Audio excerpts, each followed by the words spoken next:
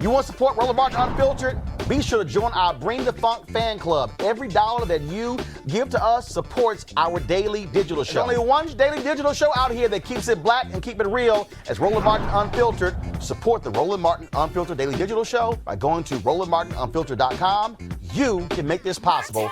All right, so this weekend, Congresswoman Maxine Waters was in Minneapolis, and then she said this to protesters. And so, yes, I would like to see the bill in Congress pass on police reform, but I know that the right wing, the racists, are opposed to it, and I don't know what's going to happen to it, but I know this: we've got to stay in the street, and we've got to demand justice. As a black man, despite all of the efforts, I feel like nothing changes, and George Floyd is waking so many people up. Yet nothing has happened, despite the rhetoric. Like, what needs to happen that's different this year than all the years before? We're looking for a guilty verdict.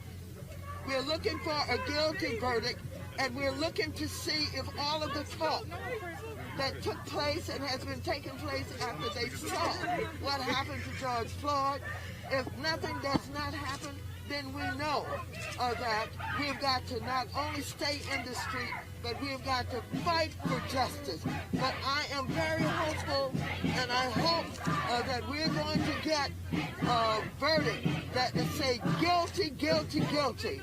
And if we don't, we cannot go away. And not just manslaughter, right? I mean... Oh, no, not manslaughter. No. This is guilty for murder. I don't know whether it's in the first degree, but as far as I'm concerned, it's first degree murder. Congresswoman, what happens if we do not get what you just told? What should the people do? What should protesters on the street do? I didn't hear you. What happens? What should protesters do? Well, we got to stay on the street, and we've got to get more active. We've got to get more confrontational. We've got to make sure that they know that we need. So those comments by Congresswoman Maxine Waters came into the courtroom today. This is what Judge Peter Cahill had to say. Situation. Obviously, I spend my weekend preparing for closing remarks, and I certainly can supplement the record with news articles. I can supplement the record with the storylines of the particular shows that were brought to my attention. So I'm making it to note the record at this particular point, and I can certainly supplement them. Yeah, you can supplement the record with whatever media reports. I'm aware of the media reports. I'm aware that Congresswoman Waters was talking specifically about this trial and about the unacceptability of anything less than a murder conviction, and talk about being confrontational, but you can submit the press articles about that. This goes back to what I've been saying from the beginning. I wish elected officials would stop talking about this case, especially in a manner that is disrespectful to the rule of law and to the judicial branch and our function.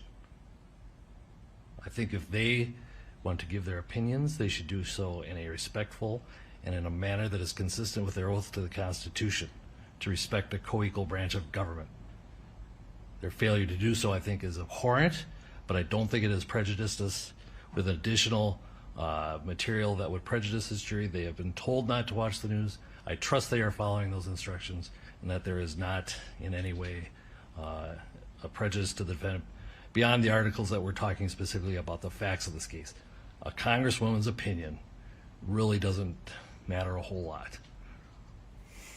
TERRAINE, I'm sorry. What the hell was the judge talking about right there? As if Maxine Waters doesn't have the right to give her opinion? I have no idea. He's talking about a congresswoman speaking to uphold the Constitution, and the right to protest is a constitutional right. These people have the right to gather and to speak their minds and their hearts in a civil way. He can't quiet her.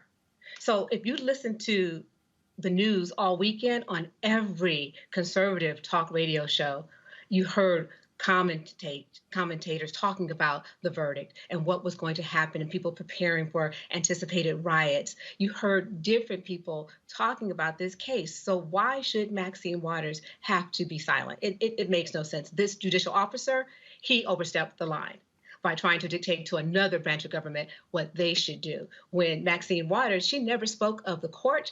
She never spoke of him personally, so he was far outside of the scope of what he should be doing from the bench today. But Monique, even if she did, she's not a participant in the trial. I mean, so then to say that, oh, you may now have a basis of an appeal? There's no basis for appeal based on what Maxine Waters said, because everything that everyone else is saying on television, us having this conversation here, could be considered a basis for appeal using that logic. So she is not a party to this case. There is no gag order precluding anyone from Congress and even commenting. So where he's going with that is truly showing his slip is hanging. He's showing where he is as far as his political views and wanting to silence that woman. Monique?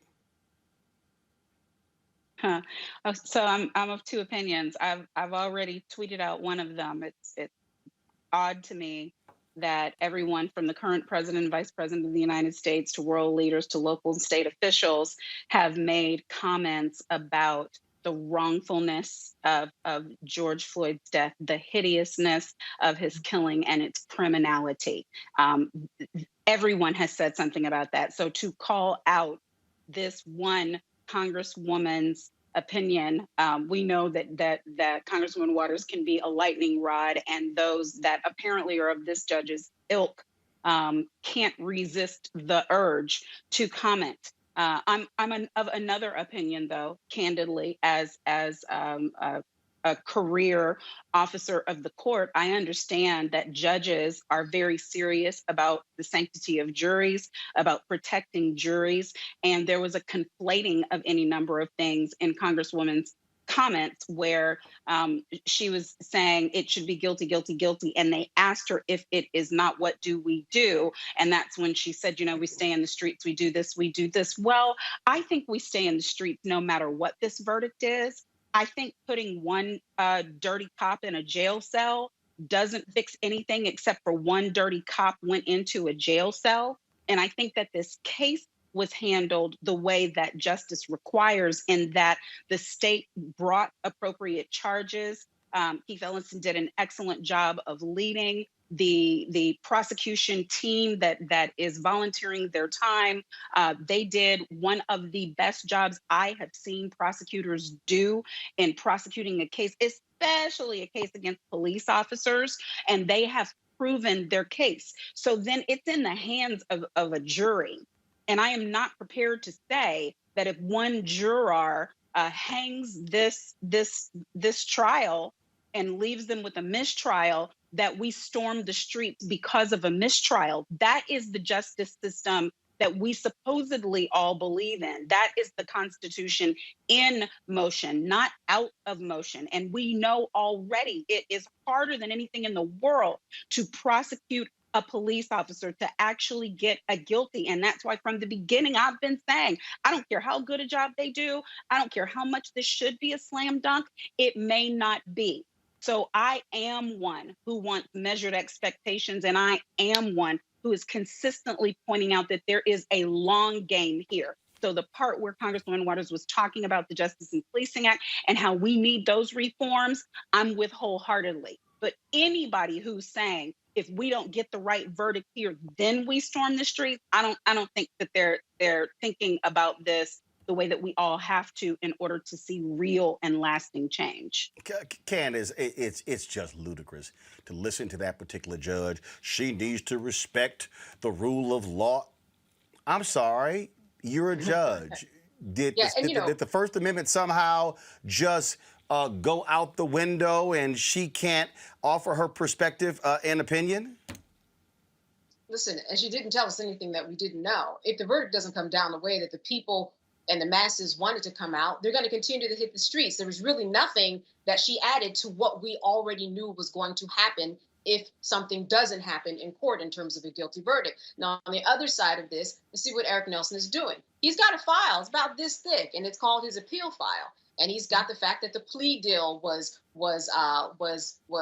told earlier than it was supposed to be, or let go. The $27 million settlement was, kicked 2 jurors off the juror. He's got this. He's got the way that the prosecution was kind of suggesting that they were lying or not telling the truth or not telling the whole story. So he's got to get it in because you know that appeal is coming. And so at the end of the day, that is what this was about. He's building that file, and it's not a very light file. Right, and that's also what the judge's comments were about, because he's the one who could have sequestered the jury and chose not to. So if the jury has now heard things that he believes the jury shouldn't have heard, that's not the fault of the people who are out there using their free speech to say them. That's his responsibility, because he knew that he had a high-profile case where people were making all kinds of opinions. And if he wanted to ensure that the jury didn't hear anything while they were in trial or while they were deliberating, he had a very effective way of getting that done and chose not to. So that's the appealable issue. It's not the comments of the Congresswoman. It's the judge who may have made an error. And that's, if we get any kind of conviction, that's going to be in the file. All right, folks.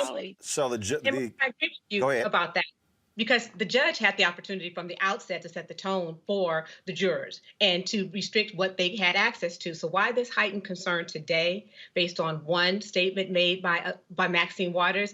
It seems to me that they're just exaggerating. It's pretty hyperbolic, in my opinion. Maxine Waters has been pretty vocal about her expectation for this trial, the expectation for the treatment of the family, and the respect that needs to be shown to Black Lives Matter. Personally, I'm not a fan of any planned protest. Anyone who's talked to me knows that I wish the Black community would go silent.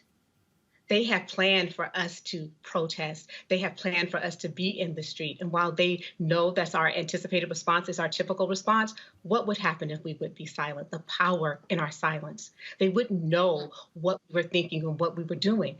They've already planned for us to stay in the streets. I say we take a different approach and have a more impactful approach. But not everyone agrees with me with that. Clearly, Maxine Waters doesn't agree with that, and that's okay. But I think as a Black community, we need to start thinking about where can we put power in our protests? Can we go silent and increase that power? All right, folks, back to our Roland Martin Unfiltered video in just one moment. It's time to be smart. When we control our institutions, we win. This is the most important news show on television of any racial background. Y'all put $2, $3, $4, $5, $10, $15, $20, $30 on this and keep this going. What you've done, Roland, since this crisis came out in full bloom. Anybody watching this, tell your friends. Go back and look at the last 2 weeks, especially of Roland Martin Unfiltered. I mean, hell, go back and look at the last 2 days. You've had sitting United States senators today, Klobuchar and Harris. Whatever you have you can bring to Roland Martin Unfiltered to support it, please do, because this information may literally save your life. Watch Roland Martin Unfiltered daily at 6 p.m. Eastern on YouTube, Facebook, or Periscope, or go to RolandMartinUnfiltered.com. Support the Roland Martin Unfiltered Daily Digital Show by going to RolandMartinUnfiltered.com. Our goal is to get 20,000 of our fans contributing $50 each for the whole year. You can make this possible. RolandMartinUnfiltered.com.